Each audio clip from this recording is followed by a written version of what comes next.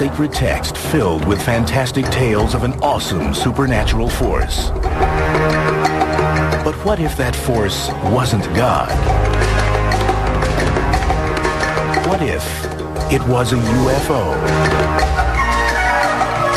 In Ezekiel, what was that gleaming wheel within a wheel that descended on the prophet? In the Sodom and Gomorrah of Genesis, where did the devastating fire and brimstone come from?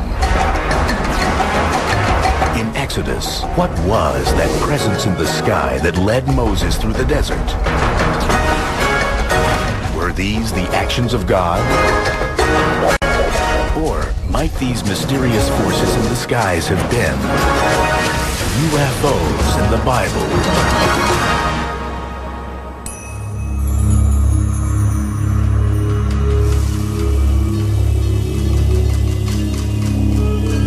Throughout the Bible, mysterious aerial phenomena appear and alter the course of human history. To religious scholars, these stories are an infallible record of God's presence and godly events. But some modern-day researchers offer a different theory.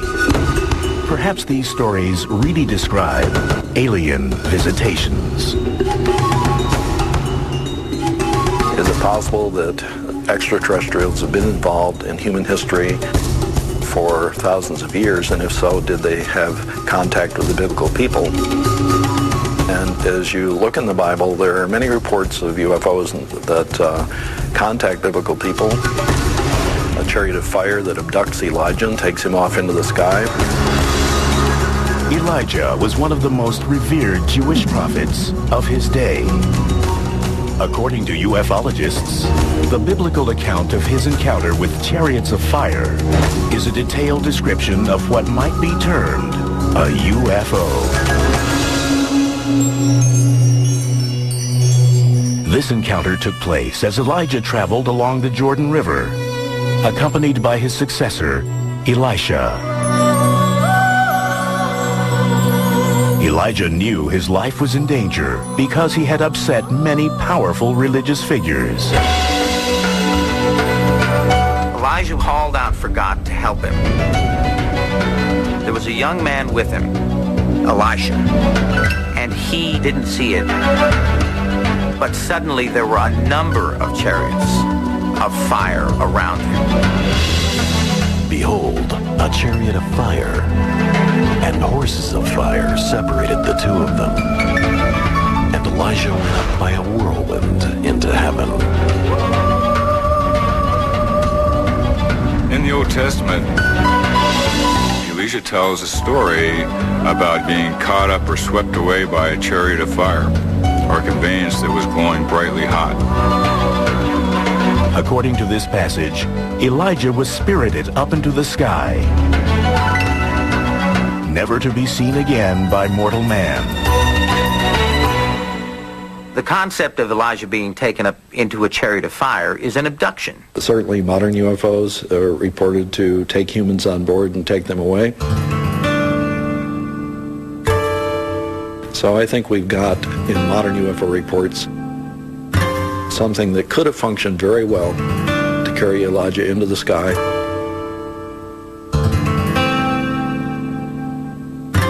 If we were to take what Elisha was describing and compare it to events of people being taken aboard unidentified flying objects or flying saucers, it may very well be the same type of event occurring in those days compared to what they could compare it to. What we think of as a chariot and what we think of as a flying saucer may seem worlds apart. But some contend that perhaps they aren't so different after all. Chariots is actually a word that means some form of conveyance, and back in those days, the closest thing they could compare these moving objects to was a chariot. So therefore, they were a conveyance that was glowing or bright or had a fiery appearance. And that was probably the closest association they could make to these conveyances in the sky.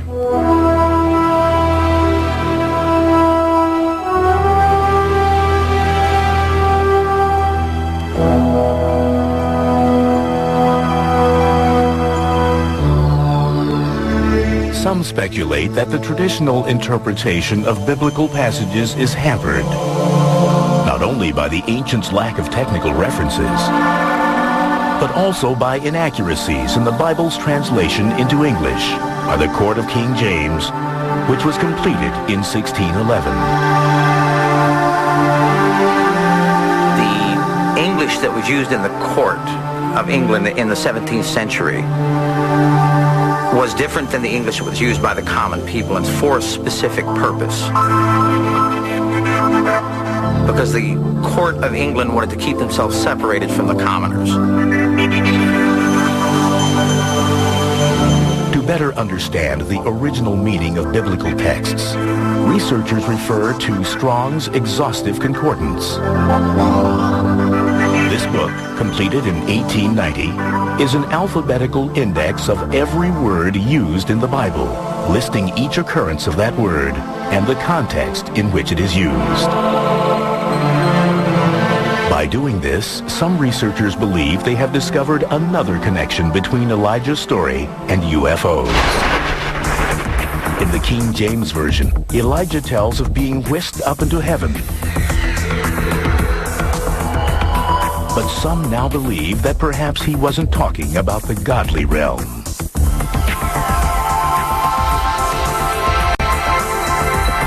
When it comes to the word heaven, in the court of King James, the word heaven literally meant sky. So in the hundreds of places in the Bible that heaven is used, it actually means sky. It is never described as a place that you go to for a particular reward.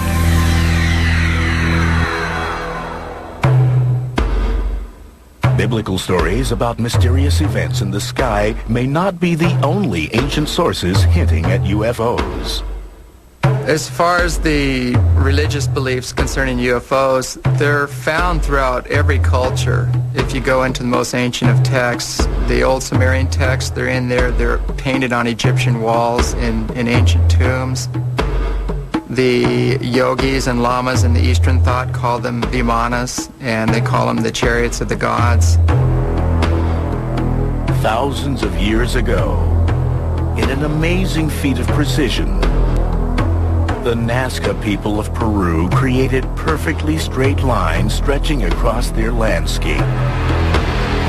A plane 37 miles long and a mile wide. Some ufologists wondered whether the design, resembling a modern airport, was used as a runway for alien spaceships.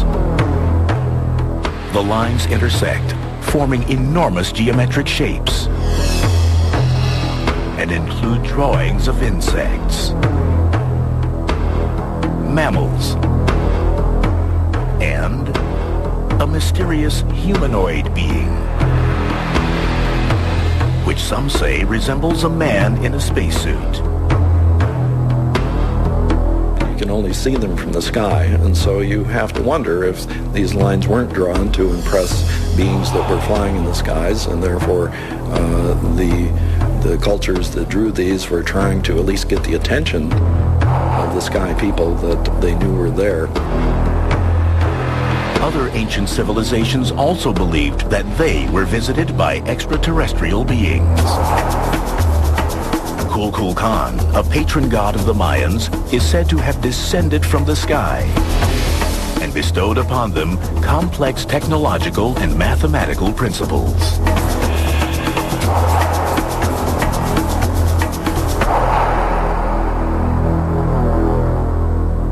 One of the ways we can show this is a distinct possibility is by the advanced mathematical capabilities of the Mayans. For instance, a Dresden Codex, where they're showing very advanced astronomical tables where they can chart the solar eclipses, the lunar eclipses. When you talk about the Mayans receiving knowledge from ancient gods who came from the sky, their mathematics, their astronomy, I believe that's entirely rooted in fact. because that same story is echoed everywhere. Native Americans, South American Indians, China, all the Orient, India. That story, or some version of it, that gods came from the sky and gave technology to mankind. Stories repeating over time and across cultures. Eerily similar themes that appear again and again, raising new questions. I think that we've had UFOs around for centuries, and I think they've surveyed the Earth and even landed on Earth and made contact.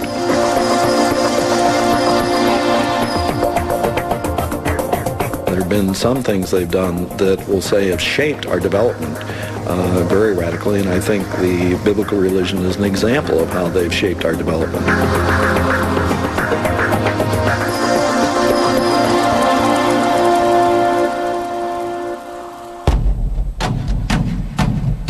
Coming up, Moses led the Hebrews out of Egypt. But what led Moses?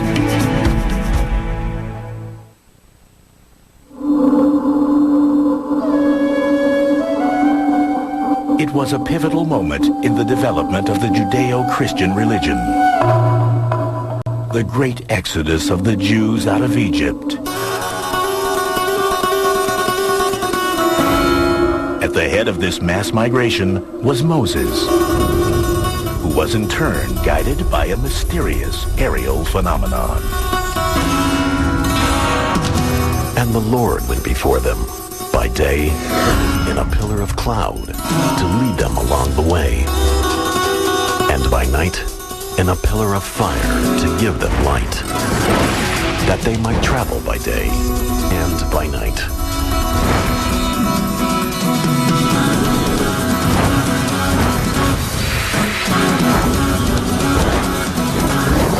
It is this element of the story that is especially intriguing to modern UFO researchers. Just who or what was this protector?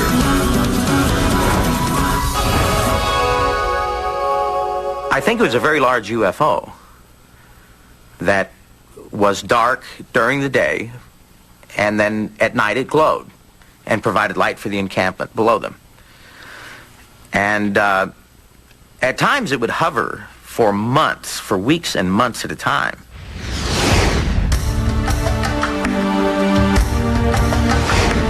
The pillar cloud by day and the pillar of fire by night started leading the Exodus.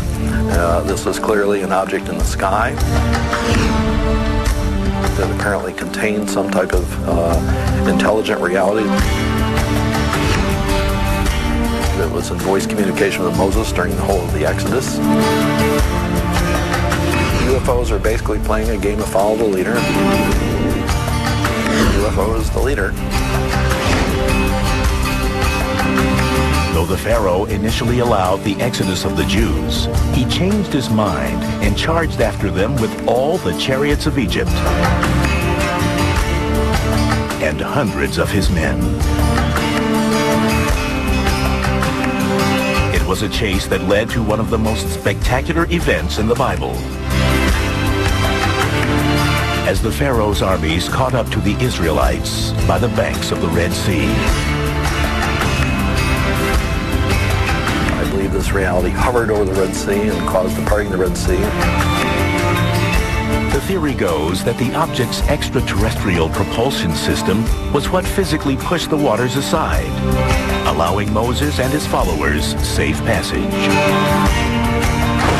Then the Lord said to Moses, "Stretch out your hand over the sea, that the water may come back upon the Egyptians, upon their chariots, and upon their horsemen." If the parting of the Red Sea was done, as I believe it was, by some type of anti-gravitational force, the biblical people wouldn't have understood how to explain that, even if they saw it happening. But I think if modern people had been there to see the same thing occur, they might have given a technical review of what was going on rather than a supernatural review. Even after escaping the Egyptians, the biblical Israelites faced an arduous journey toward their promised land of milk and honey.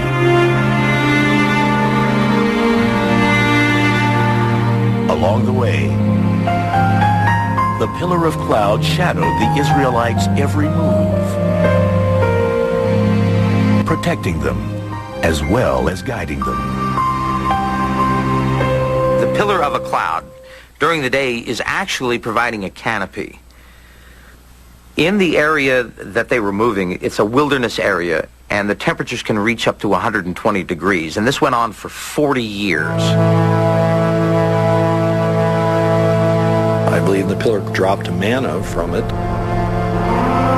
onto the ground to feed the Jewish people during the 40 years of their exodus, to keep them alive in the wilderness, while what I would call a huge religious conditioning project was going on in the hands of this extraterrestrial reality. In some modern interpretations, this UFO provided much more than shelter and food. As the Israelites approached the slopes of Mount Sinai, the pillar of cloud again communicated with Moses.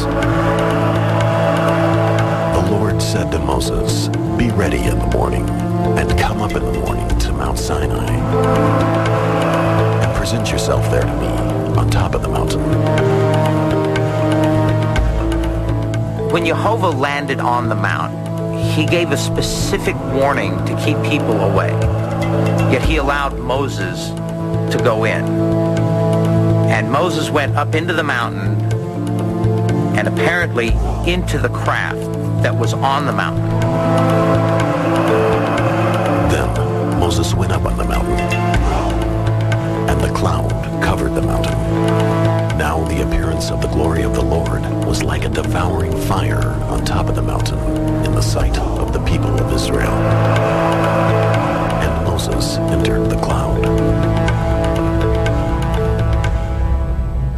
Modern theorists speculate that this time on the mount was spent inside a UFO. And when he came back down the mountain, his face shone or glowed.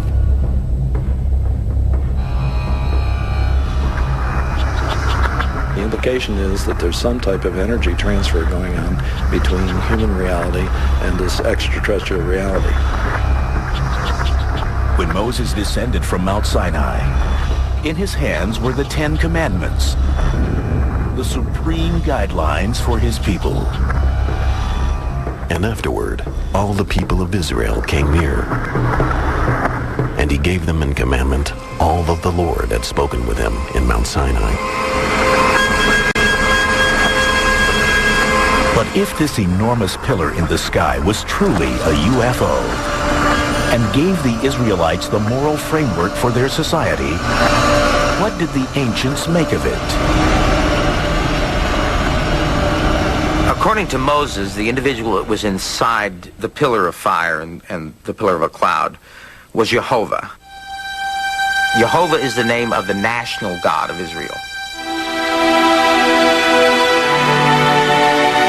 Their God was a God of the sky, a God of the heavens, a God who made heavens and earth.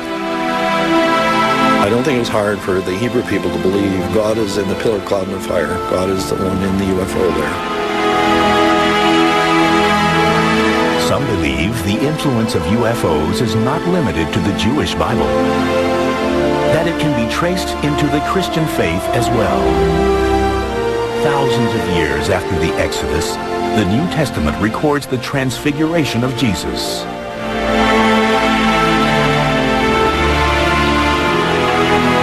And he was transfigured before them. His garments became glistening, intensely white, as no fuller on earth could bleach them. And there appeared to them Elijah and Moses, and they were talking to Jesus. It was surprising to see Moses and Elijah on the mountain with Jesus, because Moses had been dead for hundreds of years, and Elijah, although he never died on earth, was taken off into the sky in a chariot of fire and was never seen again until now.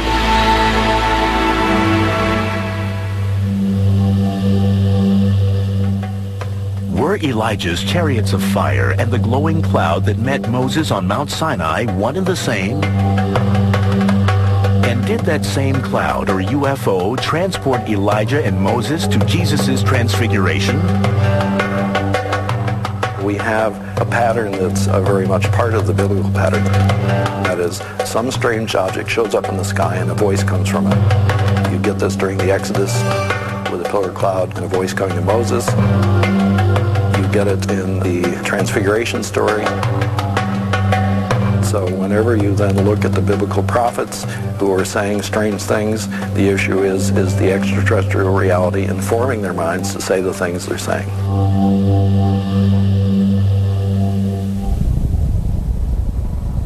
Coming up, the close encounter of an ancient prophet. More than half a millennium before the birth of Christ, a group of Jewish exiles was held captive along the banks of the Chebar River. Among them, a righteous Israelite named Ezekiel. He became a prophet, predicting the fall of Jerusalem. Later, he also preached the message of hope and salvation. But first, Ezekiel was enraptured by something in the sky.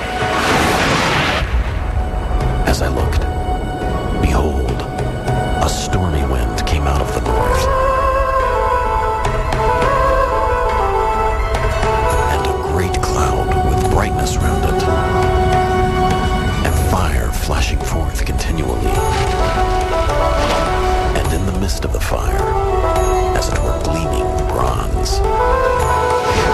Ezekiel believed this event was an encounter with God.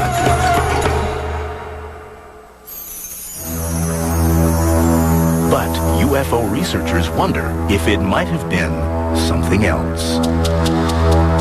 More than any other passage in the Bible, Ezekiel's detailed account of this sighting is continually studied and analyzed by ufologists, who argue that it is a biblical alien encounter. I saw a wheel upon the earth. As for the appearance of the wheels and their construction, their appearance was like the gleaming of a chrysolite. Ezekiel is describing a flying, spinning, glowing, metallic object that ascends and lands in front of him. In the modern age, what we see are flying, glowing, spinning metallic objects that ascend and descend, just like the objects that are described in the Bible. It's not an illogical conclusion to assume that these craft that we see today may be the exact same craft that they're describing in the Bible in ancient times. Their construction being, as it were, a wheel within a wheel. When they went into any of their four directions, without turning as they went. You can tell he was struggling with the description. Now, that's also true of UFO experiences that people have. They're having difficulty describing what they're seeing, and it matches this description that we see in the Bible.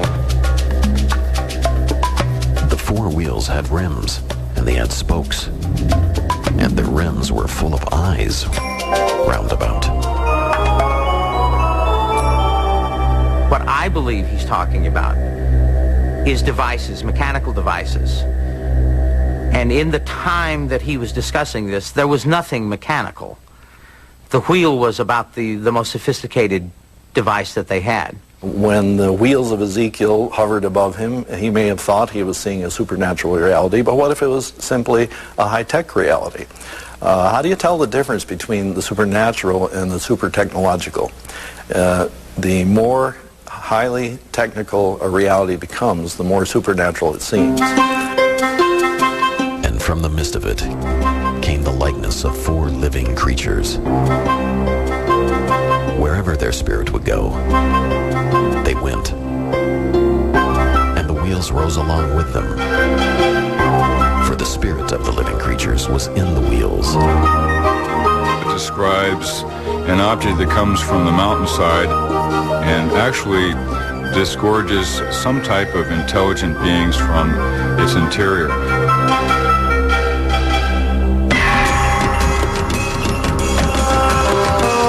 As for the likeness of their faces, each had the face of a man in front. The four had the face of a lion on the right side. The four had the face of an ox on the left side. And the four had the face of an eagle at the back.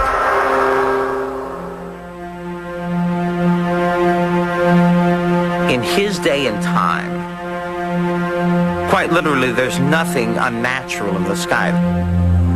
There are no planes. There are no helicopters. There aren't kites. There aren't even any balloons.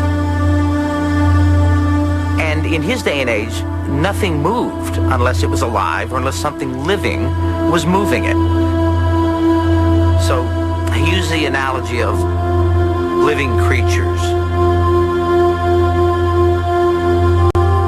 Over the heads of the living creatures, there was the likeness of a firmament, shining like crystal. And when they went, I heard the sound of their wings, like the sound of many waters, like the thunder of the Almighty. He sees a firmament, a very large object. So many of the engineers that have looked at this verse believe that what he's talking about is actually landing gear. He describes lights running up and down them. He describes rings of flashing lights around them. And he speaks of a being coming out of the craft, coming out of the firmament above him and speaking to him.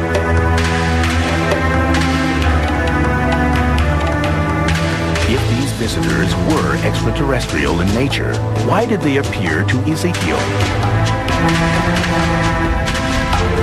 Did this initial encounter with Ezekiel lead to some form of mind control, which led him to write this very long book of prophecy about the future of Israel and about the military and political consequences of what was going to happen in the future? I don't know about this, but this is certainly one of the key concepts that theologians would have to explore once the UFO reality were admitted to be real.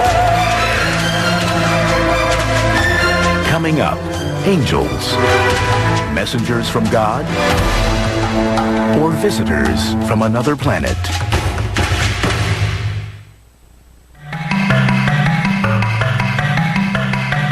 Angels. God's divine messengers.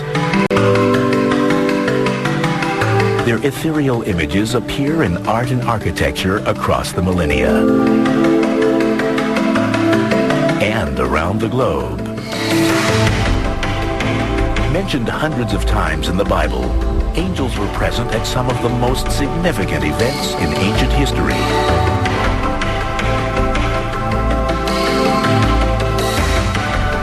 But what are angels?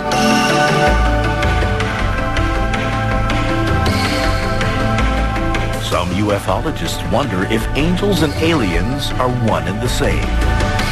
I would speculate that the angels of the Bible and of the Quran would possess the same powers and have the same capabilities in a supernatural sense as what we would call these occupants of the UFO or the extraterrestrials today.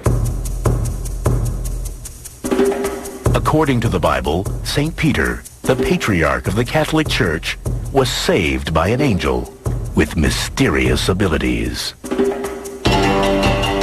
The Apostle Peter was put in jail, and to make sure that he stayed where he was supposed to be, he was put in chains in his jail cell, and he had a guard sleeping on each side of him.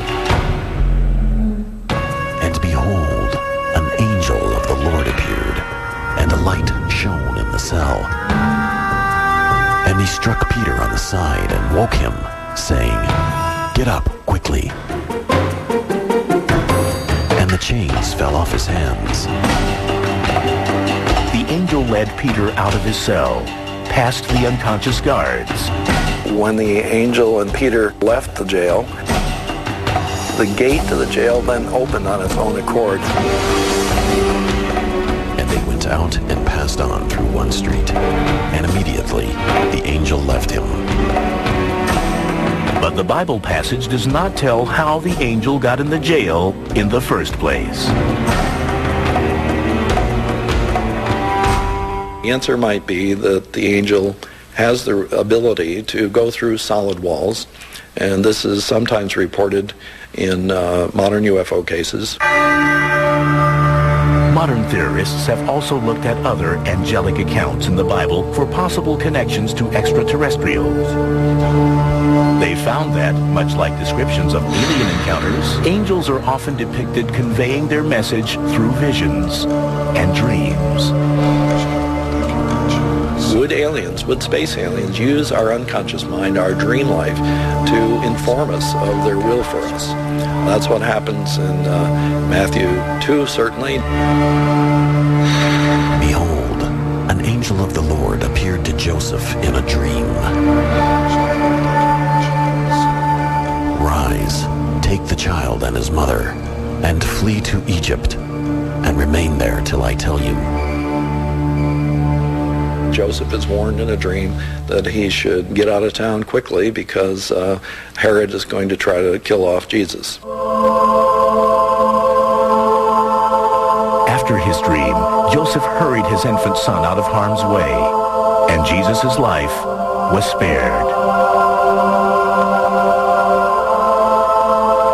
The dream issue is a big part of the Judeo-Christian psychic life. How much of this is due to the direct intervention of the aliens, we don't know. Going back to Abraham in the Old Testament, there's a passage in Genesis that says that the Lord caused a deep sleep to come on Abraham. And in this deep sleep, God communicated things to Abraham that he wanted to communicate. But Abraham also physically interacted with angels. Though understood to be superhuman, these heavenly creatures were often mistaken to be mere mortals. There's the story of Abraham in the book of Genesis, where three beings come to meet him. He does not know that they are different from any other humans, and he does the Middle East thing. He's a very good host. He invites them to stay for food, and he asks his wife Sarah to help in the preparation of this food. His visitors seemed normal, but soon they displayed some strange abilities. Eventually, through conversation, the men say to Abraham that his wife Sarah is going to conceive and bear a son. Abraham finds this almost impossible to believe.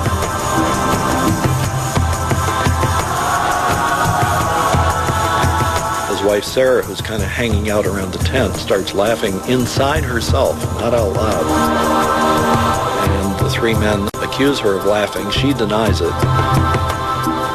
But in any case, this implies that they could hear her mind telepathically.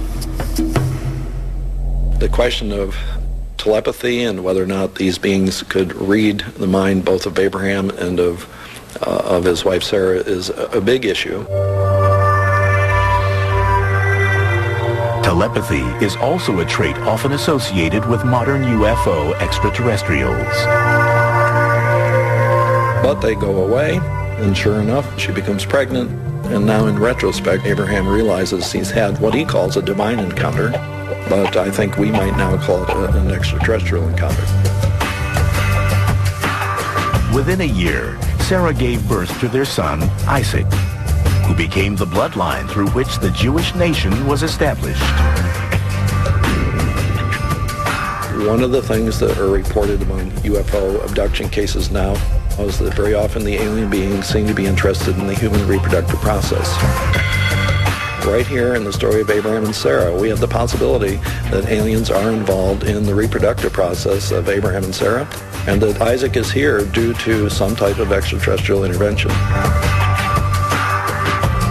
So that some of the what you would call extraterrestrial stories in the Bible indicate psychic control of the human race, or if not the whole human race, at least chosen people in the human race. So whenever you then look at the biblical prophets who are saying strange things, the issue is the extraterrestrial reality informing their minds to say the things they're saying.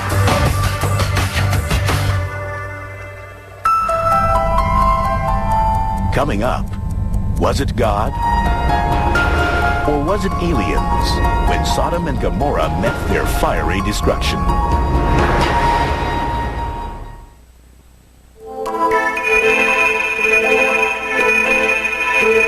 Most of the events in the Bible that ufologists ascribe to extraterrestrial intelligence have effects that run from the benign to the beneficial. But that is not always the case. As in the story of the destruction of Sodom and Gomorrah. As told in the Bible, the inhabitants of these two sister cities were so debauched and sinful that there was no hope of turning back their evil ways. The only solution, total extermination.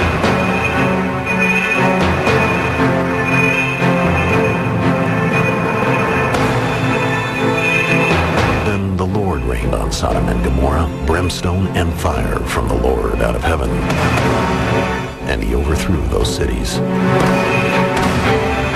In his 1968 book, The Chariots of the Gods, Eric von Däniken presented a different theory about the destruction of Sodom and Gomorrah. Eric von Däniken had speculated that Sodom and Gomorrah might have been destroyed by extraterrestrials using nuclear weapons. The reason he came to this conclusion is the description that fire and brimstone came down from the sky. It certainly would get the attention of planet Earth pretty fast if we really concluded that extraterrestrials had destroyed whole cities because they didn't like them.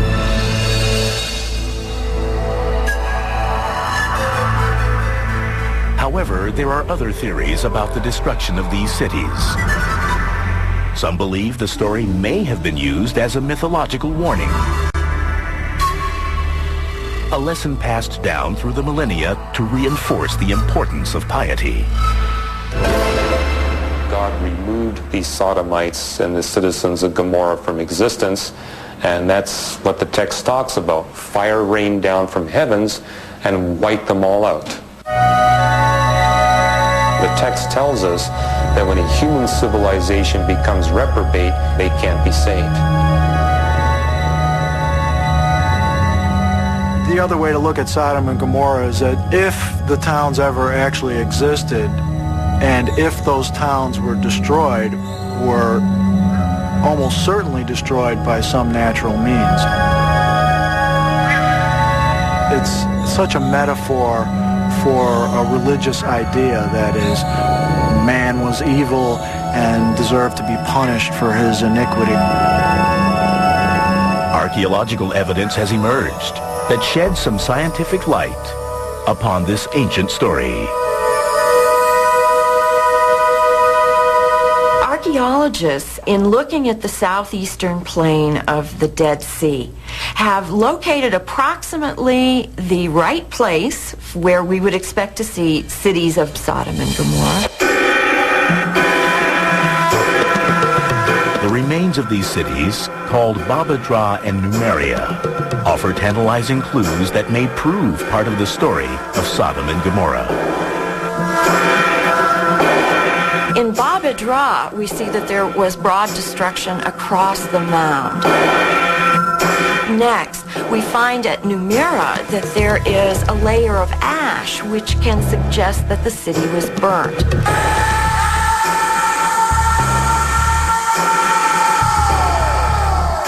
But the cause of their destruction still cannot be scientifically proven. And therefore, what or who caused it remains open to speculation.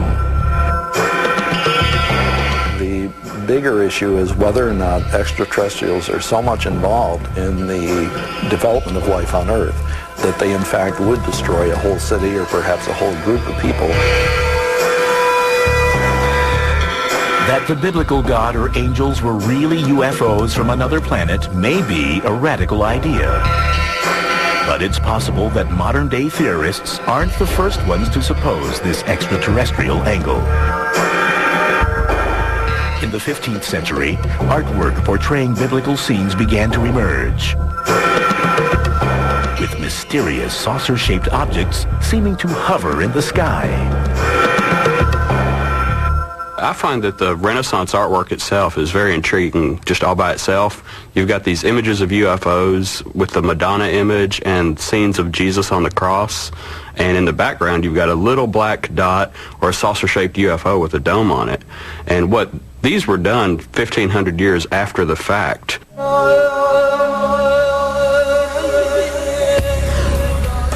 It's a matter of a Rorschach test for the observer. You place attributes onto those paintings and drawings and artwork. They may be hats, they may be crockery or saucers or other things of that shape, but not necessarily flying saucers. But more and more, people seem to believe that UFOs are real and are alien. Even organized religion hasn't completely closed the book on the extraterrestrial possibility. The Vatican has made a statement that said that they are not to be feared and not to be demonized. Monsignor Corrado Balducci, who is a consultant to the Vatican, has been on Italian television several times saying that he believes UFOs are real and that they are extraterrestrial. If these theories are proven true, what might the future hold for Western religion? Western religion would change completely if extraterrestrials were proved to be real. It would change all the stories in the Bible, and it would change how we thought about the Bible, because a highly technological extraterrestrial may provide some explanations for some of the miracles that happen in the Bible. But in the absence of hard evidence that either proves or disproves the existence of UFOs, belief in the UFO phenomenon is based mostly on faith, much the same basis as a belief in God. Giant balls of ice hurtling around the sun, fragments from the beginning of time, making a beeline straight for our house? Not my house! For a whole week, all will be answered, as well as the most profound question of all. Did I really change the world? No, really, did I? Out of This World Week, all this week, only on the History Channel.